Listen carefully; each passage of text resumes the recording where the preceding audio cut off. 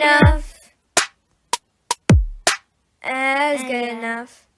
Welcome to our weekly podcast, Good Enough, with your co-hosts, Sam Lewis and Mark Lips. Our goal on Good Enough is to interview guests who do not let being perfect keep them from achieving their dreams. Whether it be writing a book, growing a business, achieving some other success, all of these people are heartfelt, passionate, and good enough to be noticed and guests on our podcast. We welcome them, and we also thank you for joining us today. Hey, Mark, how you been? It's been a while. It's been 6 a while, months. and obviously, a lot has happened in that time. Listeners, welcome to Good Enough. Thank you for joining us. I know it's been a while, and thank you for all the cards and letters you've sent, wondering where we were. Not. Anyway, Sam's retired. What'd you say? He was employed. Retired. I guess I am, but it's been crazy. People said, "How's retirement?" I said, I don't know. I had meetings this morning. I was really wanting to get to Herman's book, and I forgot I had a handbook to do. So as a side consulting thing, Okay, and so so I was like, you're consulting. You're consulting. yeah, I'm making some money that way, I don't know. I don't know if that's what I want to really do or not, but I do whenever I want, except for today. I had a meeting all morning and but yeah, I guess I'm retired from the staffing industry. Day-to-day grind of having a brick and mortar. Yeah, for sure. So the meeting all day today, all morning. What was that? So these guys want me to do their handbook, and so I've done about a gazillion handbooks in my life. Really? Wow. I have all about that. Okay. And so I have a system that, in a way it saves the client money because it's really quick. If they follow my, system, I can do it and then they can have a lawyer pay a lawyer for an hour, where they're paying me for. Right. And, and we have these new tools now with AI that makes it even faster for me with the template I have and then the AI I use, which is really quick. Of course, yeah, of course. But you got to know the questions to ask. You put all those people out of work. Okay. Well, actually, you put yourself out of work for the hours that you could have billed had you had to do it yourself rather than use AI. Yeah, but I don't have to spend the hours doing that. Yeah, that's what I mean. Oh, yeah, right. Yeah. You 1 hour when they would have had to pay you 5 hours. Yeah, and I would have been tied up for 5 hours. Yeah, that's true. You got to put a value on your time. Yeah. So I can increase my rate a little bit, and bill them less hours and make more money per hour. All right. Well, enough about you. Let's talk about me. What do you think about me? No, hey, I am so proud of you, man. Listeners, Sammy has started his book, and I'm talking about like a novel, okay? Not a self-help book, which I'm sure he's written 100 of those. It's not a book of poems. It is a novel, and he sent me the first chapter, and I got to tell you, it's he's a writer. You're a writer, dude. Yeah, I think about this. It's funny, Mark. I thought about what's a professional writer. And I think about of all the jobs I've had over the years, every one of them I've had to write. Yeah. Well, I wrote newsletters at General Tire. I wrote stuff at Quantex. I just, handbook. Now I get it. It's not fiction. Fiction's a whole different art. Fiction is an art, right? Right. But I'm excited for you to read this prologue. I've been working on this thing for 2 years. I wrote most of it. I would say most of it got written last year. And then I kind of been, it's fermenting in my mind, and I think I have a firm idea where I want to go. You have written the novel, basically? Yeah, I think there's maybe 1 or 2 chapters left to write, but I finished it back. I kind of finished that kind of writing on it back before I had my hip replacement. That's another thing that's happened since I kind of put the kibosh on everything for a while there. It's not good to do podcast when you're high on fentanyl. Yeah. No, I guess it's not. I don't know. Maybe it is. I personally, that's the only way I'll do it. uh, the the cool thing is, as a result of that, I was thinking, I want to write something, but I'm not a writer. Sammy's a writer. I discovered I'm a reporter. I'm not a writer. Well, I would say, and I've read a lot of your stuff, Mark, and I read the screenplay thing you were working on, and I think you're being hard on yourself. I think there's styles of writing that are you know, more journalistic than Yeah. poetic, you know. Yeah, but But there's a lot of writers, you think about what's our friend, the Devil in the White City? yeah. You Eric know, Larson he was a researcher. I mean, was Michener. Michener had 20 people on. Mitchner's another excellent, I met Eric Larson one time here in Bloomington, and I think he was telling me that he says, I don't go to a city without going into their library. Yeah. He says, I hang out in all these libraries all over. And he said, and his claim to fame is any quote in any one of his books, except for the fiction book he wrote, came from some source. Mm-hmm. Mm-hmm. He didn't make up any quotes. Yeah. That's why I love reading his books, because I'm a historian at heart, and he writes it like a novel, just like Michener did. And yeah, I just love his stuff. I wouldn't call him. I wouldn't call him a reporter. The what? I wouldn't call Michener or no, but they've learned how to incorporate. So what I've done, and I know what I've done is I'm reading all different. Like I'm reading Louis L'Amour right now. Man, that's hard. That guy. That was one of my early. Yeah, man, I went through a ton of his books. So, and I'm reading, I'll read historical fiction, but I'm also reading, other stuff, just fiction. Let's go back to watching how they're doing a paragraph for us, just building. And so I'm paying more attention to that now. Well, Louis L'Amour was kind of he wasn't, he's not Elmore Leonard. Elmore Leonard was different, right. with his. That's what I should read an Elmore Leonard, right? But Elmore Leonard was the king of, what's the word? Not speech, dialogue. I mean, that guy could tell through dialogue, they're in a prison, somebody's getting ready to get stabbed, they got one guy's black, one guy's white, through dialogue. I mean, that guy was a master. But Louis L'Amour was, I don't know how much do you know about Louis L'Amour? I know a little bit. I know that if he were alive today and got into this whole talk about reparations for Native Americans and stuff like that, he would have. I've read some of his stuff on that. He's highly disagreeable. He goes, "They lost. It's like, holy cow. Yeah, I mean, we can't always, what's the word I'm looking for? We can't always reconcile with every writer's every idea, right?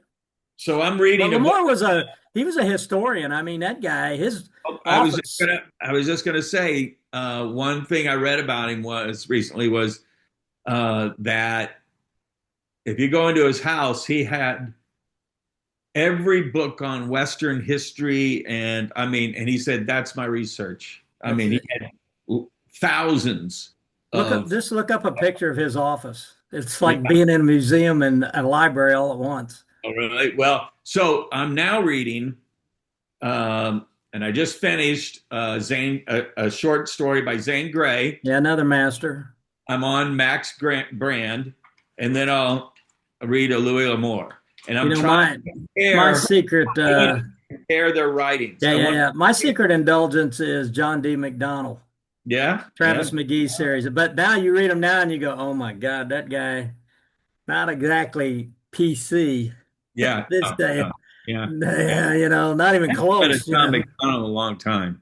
But I would say, Mark, the thing I would tell anybody this, is you can read those guys, Stephen King said always be reading something, right? But you got to write in your own voice. Is that's That's the the voice whole. you got to That's find, and the only way well, you can find it is yeah. right. Well, we're all old enough to know the best way to get something going is just to start doing it. You're And the king of that, man. You've always uh, been the master of that. yeah, I Jump mean, in both feet. even if you went via Louis Moore, and back in those days, they wrote short stories because they were mainly writing for magazines and stuff like that. So 5,000 words, right? Yeah. And I mean, that's something maybe, maybe I write a short story because later on they turned it into, yeah, Ray yeah. Bradbury's. I read this years ago, but I pull out and read a chapter every now and then. That's how he was putting supper on the table, short stories, and back you Well, can't do that's that what, now, but back then you could. He was sending one off every week. yeah, He'd start on Monday and he'd yeah. send it on Friday every Yeah, week. they got paid. They got paid per word. Yeah. And Max Brand, for instance, he needed money so bad at one point because he was just spending like crazy. He just spent, right? And he's married, and so he just wrote. Be working on 4 short stories a week for different magazines. Just pounded them out because he needed the money. So I know. Yeah. Let's get to my friend Herman Yes. and see what he's up to. Another person I'm jealous of because he's written a book and now Yeah, he's written 2 books. Two yeah, books. 2 books. Yeah. Herman, Herman. I'm excited to meet you, and I have to admit right off the bat, I did not get to read your book yet, and I'm anxious to get to read it. I was telling Mark I had um, a commitment. How do I sign off this? Yeah. Well, half of us has read it. Yeah. So, hey, Sam, this is my friend. This is Herman, who I don't know you really well, Herman, right? We kind of passed in the hallways in Springfield, I think. Yeah. Maybe LA. Actually, I stayed at your condo in Chicago once when you were out of town. Yeah. I don't know if you know about that or not, Well, but half of Chicago has, Herman. I know people who did that. That's one of my mistakes. Thanks for reminding me that. Sold that condo. Why? So, I never listened to my dad. I should have. He said, never sell, never sell. yeah, But anyway, we had a real good mutual friend. Actually was I think Kirby Horton was he? yeah, Kirby. Okay, Kirby. okay, yeah, Yeah, Kirby. Kirby, we saw him and his now wife visited us when we were in Manhattan Beach. uh, We moved up here to Northern California 6 years ago and bought a farm and the whole thing. And Tammy's got a catering kitchen and event space and all of yeah, this and doing her thing. Anyway, Herman, this is my buddy from school days, actually, Mount Vernon, Illinois. He now lives in Bloomington. Just sold his business, retired, and he's always been a writer. I'm more of a reporter, but anyway, I'm really so glad that we could finally meet up. This is great. In fact, Herman, you have the honor of being our first guest in 6 months. oh yeah, wow, We okay. had a. I won't go through all machinations of different things that had happened, but we kind of got out of the habit, and this is a habit, Yeah, and we're back into it. You're the perfect first guest. An yeah. actor, a writer, a grandpa, a traveler, yeah. skydiver, hiker. Am I missing anything? Oh, probably somewhere in there. Kind of have an eclectic background, if you will. But Yeah, yeah, I'd say You know so. what? That's kind of what I remember because you became an actor a little late in life, right? yeah. Well, in Springfield, I was doing community theater and Right. stuff. The kids grew up, and I got divorced, moved to Kansas City, and started acting professionally. I guess at age 42 or three.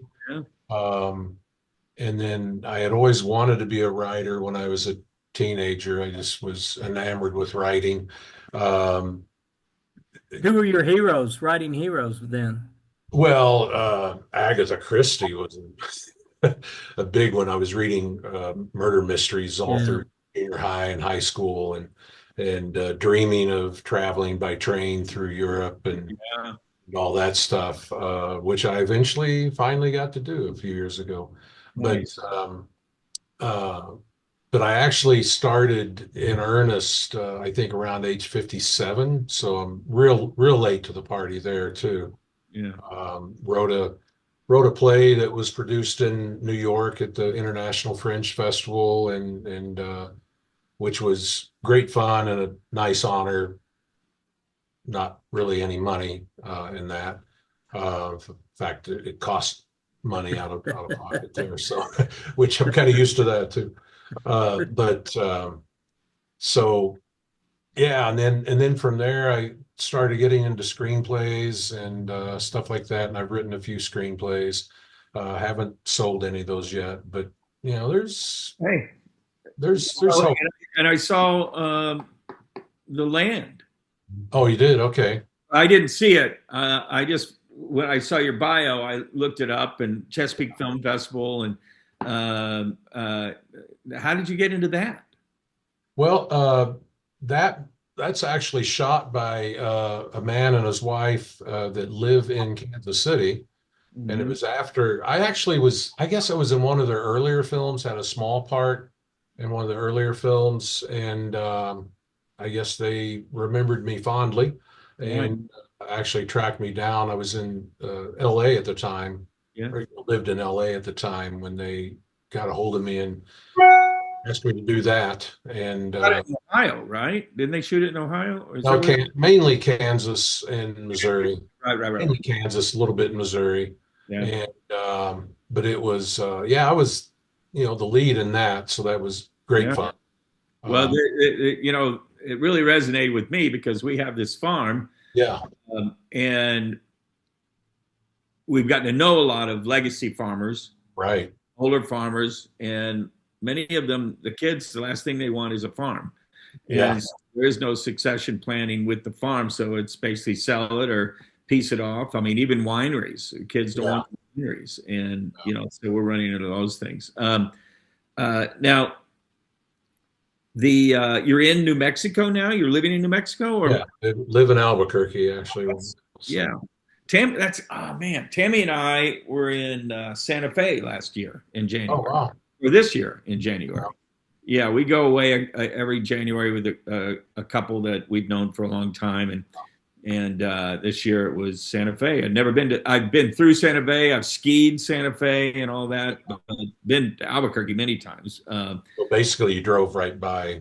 Right. Yes, there. Okay. That was kind of him to connect with you when he did that. Yeah, yeah, yeah. Really nice to say, hey, let's get together, have Yeah, lunch, Yeah, something. yeah. that would have been fun. That would have been fun. Yeah, it would So, have been if you'd have connected with him, Mark. but I didn't know. I can almost see the I-25 from here.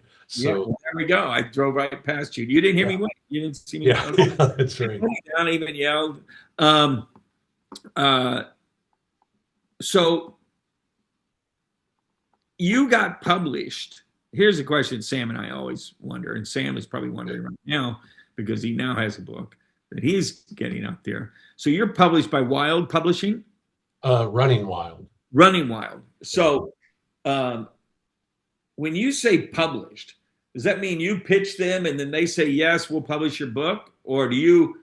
How does it publish? How does it work? Well, it's the query letters. You Mhm. send query letters out. I actually pitched this book to an agent in New York, but she shut me down real quick because it's cross genre. It's a cross genre piece. So and she's like, well, stores, they won't know where to shelve it.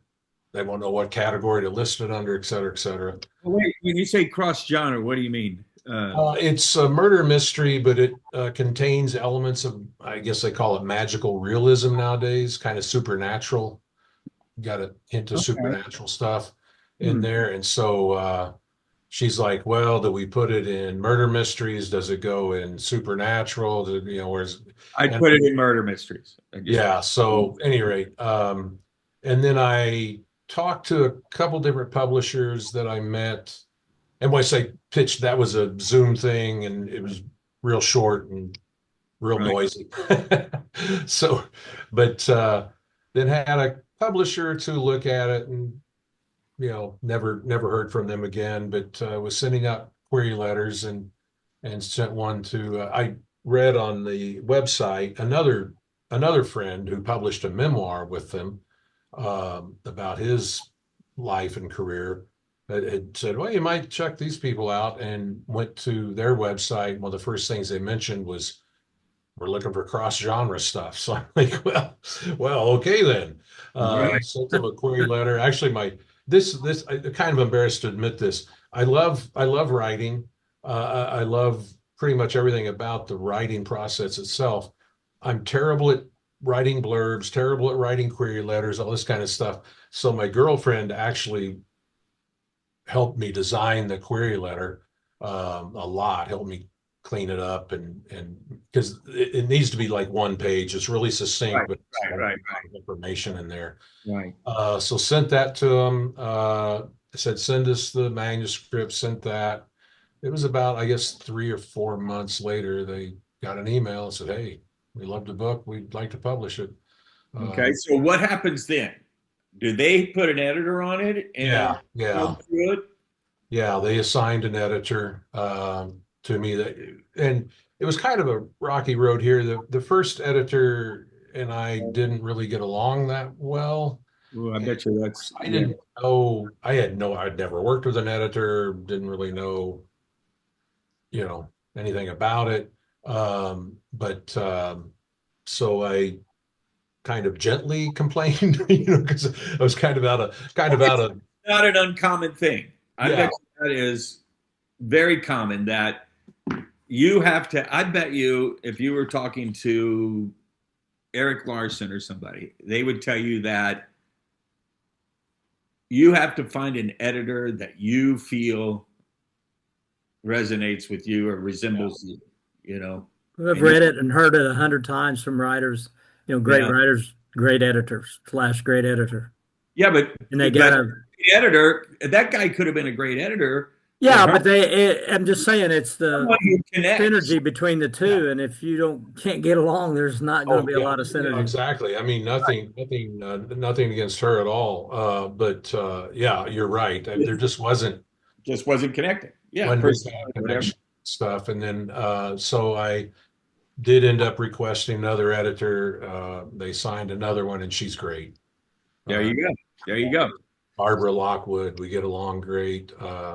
I mean, she's in Pennsylvania, I think, and Now I'm these guys, the what is a we've talked to a lot of writers who have published, so many of them have self-published, and but in this genre that you've got, what are they? What are these publishers? What does a contract look like? Is it you have to do so many book signings per year, or for in the first 6 months, we get first right of refusal on the second book, or well, it was kind of the opposite of the first right of refusal. They told me up front because I had in mind initially like a trilogy, see, yeah, and now I've been coached into saying it might be a series. Just do a series. So that's what I said. I yeah, think that couple,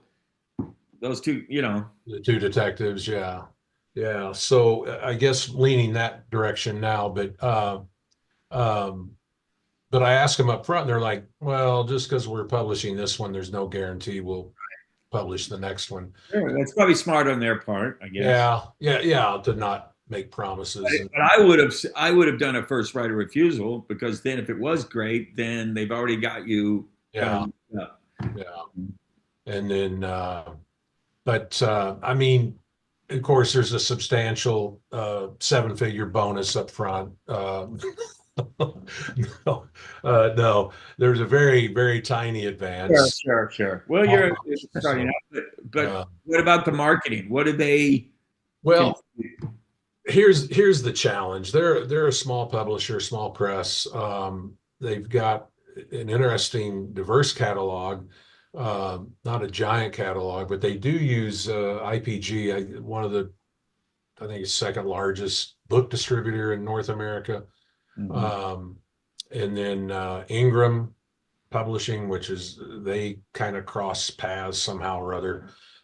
To Ingram, I think, is the biggest book distributor in the country. Mhm. But and oddly, and I guess my book will be available through both of those.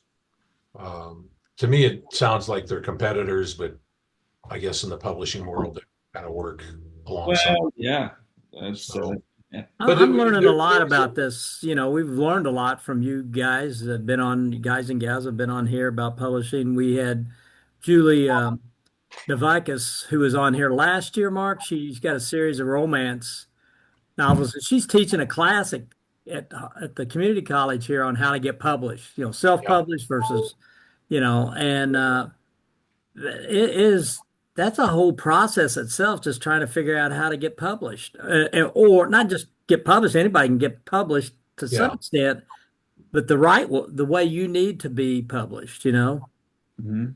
Well, Well, geez, yeah. I mean, again, with Amazon and everything, I mean, you can self-publish anything nowadays, and the margins are much, much higher. Um, but and I get it. I mean, like with a small publisher like this, there's not a marketing budget per se. You mentioned the contract. In the contract, a whole list of you need to do this now and this then and everything else. And but that's overwhelming. I should say it really is overwhelming, the stuff you need to do, and just even learning to navigate Amazon's process Oh, yeah. is just crazy. So why it's interesting. You mentioned the margins. Why did you not self-publish? Well, I think there are always exceptions. I think Fifty Shades of Grey started off as a self-published book or something, but generally speaking, I've encountered a lot of self-published people over the years, and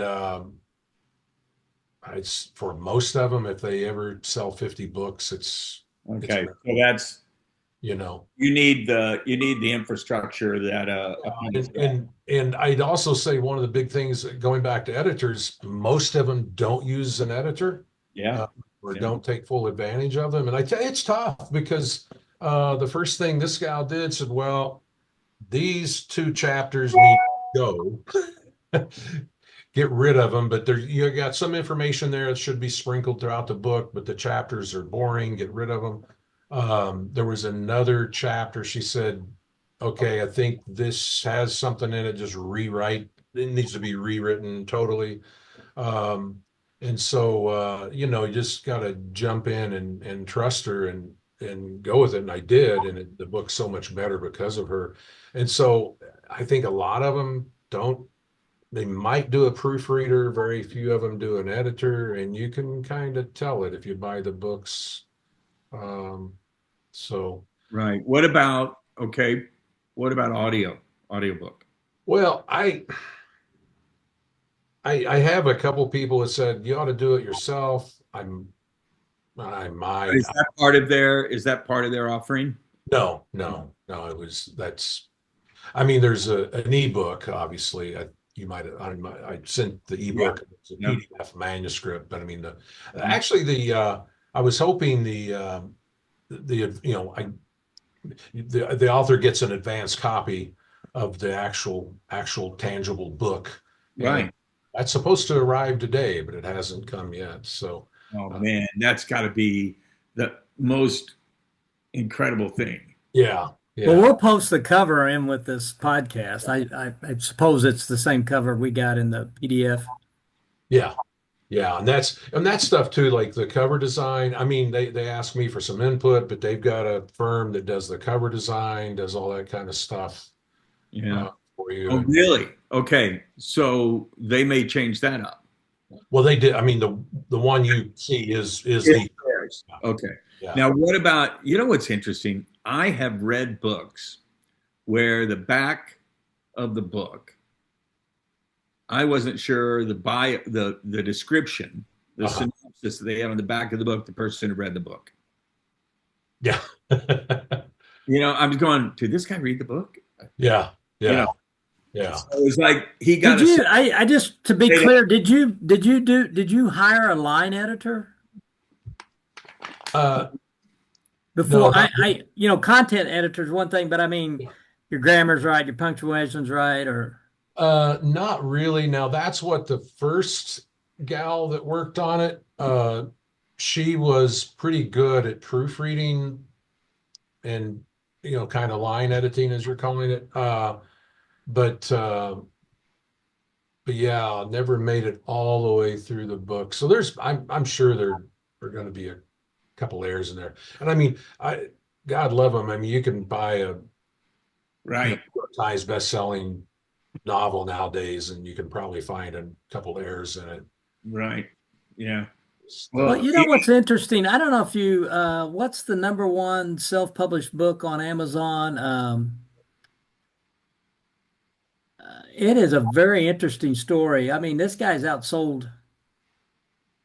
Oh gosh, talk among yourselves. I'll find it. It is because I read up on it, and his Well, sure, there's his exceptions. niece took over the marketing of it on Amazon, Huh.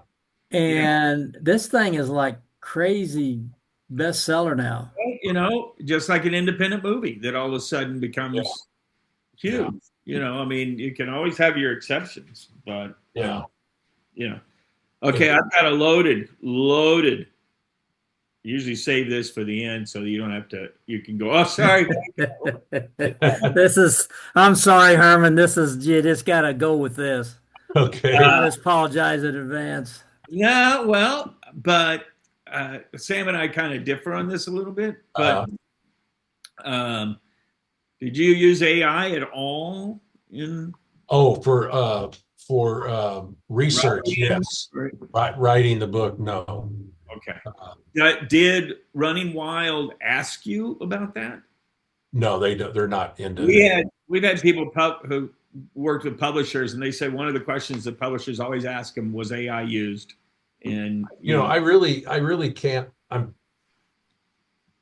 need to go back and read the contract. The contract's lengthy, even though it's not much money involved. It's very lengthy, but there probably was something in there about that. And I know they look down on it heavily. And I haven't, but I have found it. I mean, like a query letter, like a query letter, stuff like that. Yeah. Is to give you a base, and then you go in and tweak it and make it sound like you. Well, I'll tell you something too that's because I've written these screenplays, and I recently was in this pitch competition, but again, I hate pitching stuff, hate doing that part of it. So found out about it last minute and just dumped the screenplay into AI and said, make a pitch deck. And it took about 5 minutes. I know. And I was still woefully underprepared and stuff like that because found out about it way too late. But the book I was mentioning is Theo of Golden. Oh, I've heard. Yeah. By Alan Levy. Yeah. He wrote it. He 70 years old, writes this book. Yeah. His niece helps him. And all of a sudden this thing is like, so there's something to be learned out of whatever they did there. Yeah. Yeah.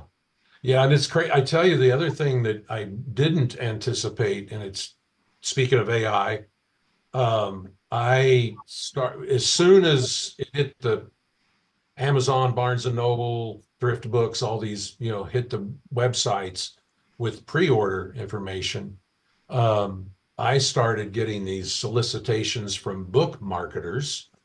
And quickly became really tiresome because they would send you this long email, basically regurgitating everything that they had read online about the book. Just it soon became apparent it was Yeah. just AI repeating everything back to me. And then, but they were signed with the people that, you know, lead you to their website, do this, do that. Yeah. Yeah. And it was kind of crazy. You go and do a little tracking down. Well, they're on Facebook, and this person has 4 followers, and she's a book marketer. And I was like, oh, okay. Right. And you'd say, okay, well, let's just give me a call sometime. Yeah. But they're just scams. They're just amazing. I was getting probably for a while. I was getting 3 of those a week, probably. Hey, Sam, I'm waiting for your question. Your question you always ask every writer about your process. Oh yeah. And you What? talk about the 5 number 2 pencils straightened in a row next to, So I mean, every writer has their, everybody we've talked to have had a little different slant on every, some people are daily, every day. Some people are, seasons of writing. Some people are pencil. Some people are typewriter. Some people are WordPress. So what's your kind of go-to for as It's what's your 100. writing aphrodisiac? Yeah, well, music. My girlfriend, this drives her crazy, even though she'll be in the other room, but I guess she can hear it playing in the background. I will loop a song over, and I might write for an hour just listening to that one song over and over. And it's kind of, I don't know, just kind of in the zone, as it's called, kind of thing. Yeah. You get to writing. This first book, this first book, I actually started in LA, and it was stop and start. I would lose confidence. I would be like, nobody's going to ever read this. Nobody wants to read this. But I just was kind of doing it for myself. And like I said, starting and stopping and moving and everything else going on. And then about 3.5 years ago, almost 3.5 years ago now, I had an aortic dissection, which I had never heard of at the time. Lindsey Graham just Yeah, that's what killed Lindsey Graham. died of this a little while Not back, good. and was in the hospital, had a 12-hour surgery, about 8 or 9 days in a induced coma, another 20 drug-induced days in recovery in the hospital, in ICU. And during that time, I was just starting to kind of slowly become conscious of things and people around me. So I had a lot of time to lay there and think. And it's like one of the things that kept me going were my kids, my girlfriend, and this doggone book. Because I'm like, Yeah. I never finished it. At least that would be just, even if I self-publish it, just leave it for the kids to have on their shelf or something. And it just really, really ate me up. And so when I got through that, that's one of the first things I did was get back on the book, because it had been neglected for a year or two at that point in time, and finished it, and then sent it, submitted it, blah blah blah. So it was actually over 2.5 years ago or something that it got accepted. So I mean, it's a long process, because this new one that I just finished, I think it will come out in '08. Wow. So, wow. and that's where self-publishing again. I take my hat off to people doing that, because I mean, you can finish it today and 2 weeks from now to be on Amazon.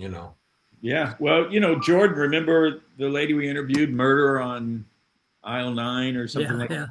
I mean, that was pretty good. But it was all self-published. Yeah. But you're right. I hope they sell. Well, what did Tim Ferriss say? If you got 1,000 fans, you've been successful. Yeah. That sounds like not much, but Yeah. 1,000 true fans, that's a lot. Yeah. Okay, so I think I know the answer to this because it's heart, but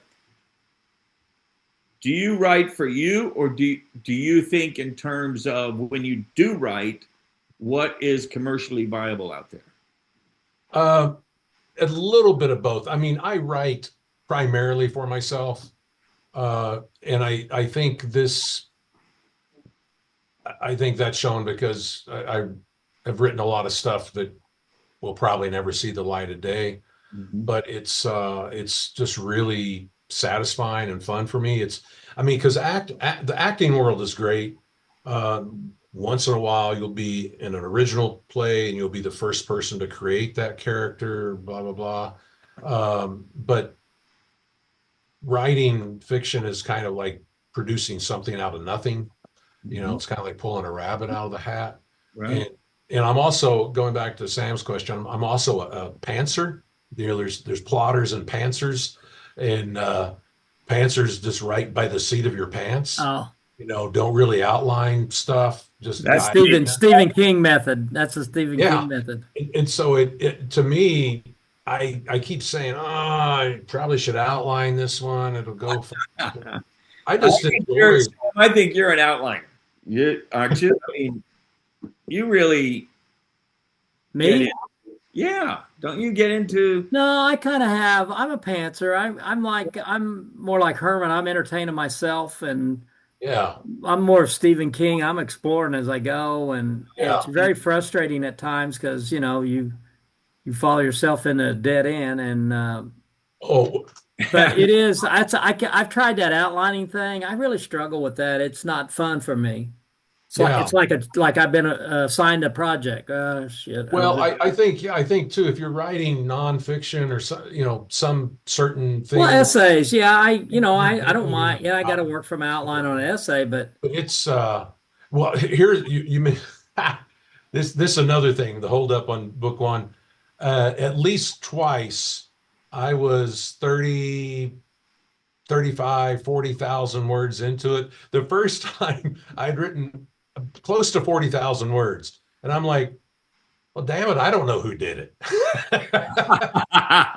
yeah, It's like it had gotten so convoluted. I'm like, well, I'm not even sure who got killed or who did it, and just scrapped it and started over again. I mean, there were pieces of it that I kept, some of the characters and stuff, and then I actually started it a third time too. That wasn't near as bad then, but I gotten just got where things were kind of mixed up, and at that point in time too, I guess the second time through, um now it was starting to make sense to me where it was all going to go, Yeah. but I did need to go back and kind of. How something like with your book, the way it was, and watch our time, Sam. get a warning here in a minute Uh, because this goes a lot faster than you can imagine, Herman. in your book, Herman, even though these guys are struggling to find a clue, there's still a lot of stuff going on.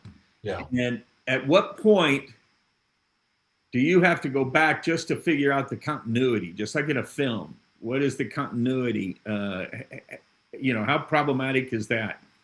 It again, that first time through, that was an issue because, like I said, I would write some of it, I would give up on it and wait 6 months, or even in the midst of all that, I wrote two screenplays when I was starting and stopping on this. So after the surgery, when I picked it up again, yeah, I was like, now who did what, and Yeah. how did I mention this character had dark hair, blonde hair, no Yeah, hair? that's the big one right there. Like And I'm trying what? to get Yeah. better at that. So Louis Amore, I Yeah. read an interview recently because I'm reading Max Bland, Louis Moore, and Zane Grey, and I'm comparing their writing styles as far as westerns, And I was reading an interview about Louis Moore, and the guy said, you said there were 5 people killed in that ambush, and but no, he said you said 6 people were killed in the ambush, and or vice versa. Yep. We only in the Yeah, book well, we only got 4 bodies.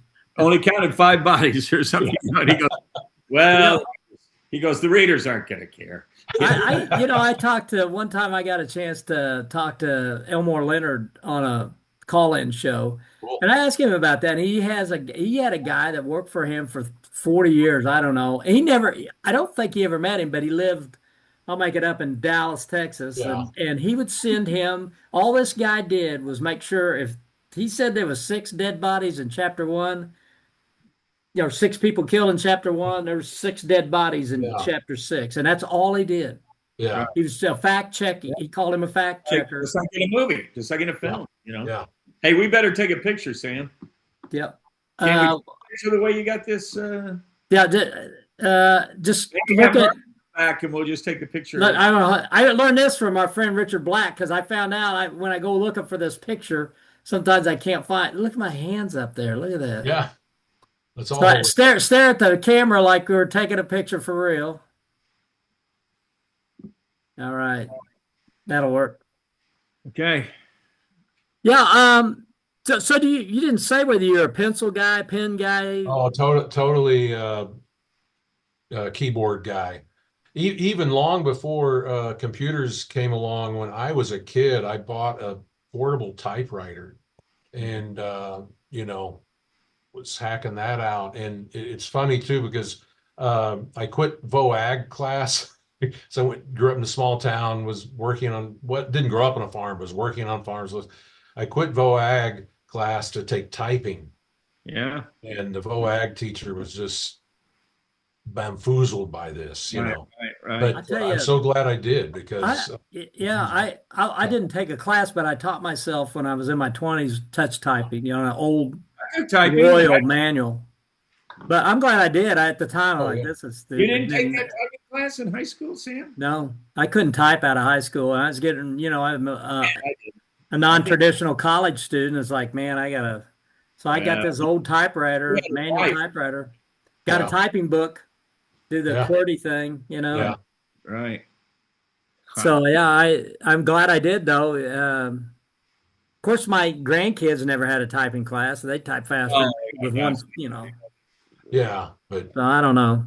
Hey, But I'm glad I did. But those old manuals and those old electrics, yeah, they were very, what's the word? Haptic. They had a haptic feel to them that, you had to smash down on the key to get the Underwood to work. yeah. Because you're moving a lot of mechanics there. You're moving the key and the thing and the ink or the ribbon and Cartridge, everything. So this is a question probably for Herman and you, Sam, is when you're driving along or you're out, maybe even at an event or something like that, and you come up with an idea, how do you keep that idea? Do you have something on your phone that you record it and then you play all this stuff back later? Do you, how do you, or do you even do that? I do, and I do. I do whatever the hell I can do it on. I can. Yeah. This. I've got that exact same digital recorder. Yeah. The exact same one. When I go walking, if I'm listening to a podcast, I can't. It's kind of clumsy to use your phone, so. But yeah, I think Hemingway kind of warned against thinking about your book when you're not writing on your book. He kind of said, you gotta shut it off at the end of end of the writing session, and then don't go back there because you want to come to the well fresh the next day. Yeah, I guess, but yeah, that's not me. I a lot of hiking. You mentioned hiking earlier. I would hike a lot, and especially if I had a scene or a plot point that I'm just trying to figure out some way through that. But there's some science on this being physical, and it disconnects that sort of the part of the brain. Yeah. And how many C.S. Lewis, Tolkien, all these guys talk about these long walks, but they're not really thinking about the book or the problem but they are. Yeah, I'll just let it. Yeah, I'll just subconsciously. let it go. And Hey, we're down to 1 minute, if you can believe okay, that. So we got to say our goodbyes here before it cuts us off. okay, So Herman, we just excited you're our first guest back after our hiatus, and I've been looking forward to reading your book. We'll post up all the information on it, and okay. I just wish I had your energy to do all to. well, you're running a farm. You got all kind of energy. What do you Really, mean, Mark? You're really. wrestling pigs and chasing Yeah. chickens, and what do you mean energy? Shoeing horses, all this stuff. Yeah. Oh, I don't know horses. Tammy won't let me bring anything else home unless they have jobs. You know? So, Unless they get a paycheck. yeah, exactly. You All know. right, Herman. Thank you very much, Hey, brother, and guys, take care. continued success on your book. Thank you. Okay, thank you so Bye-bye. much. All right. Bye-bye. Good. Good. Good. Enough. As good enough.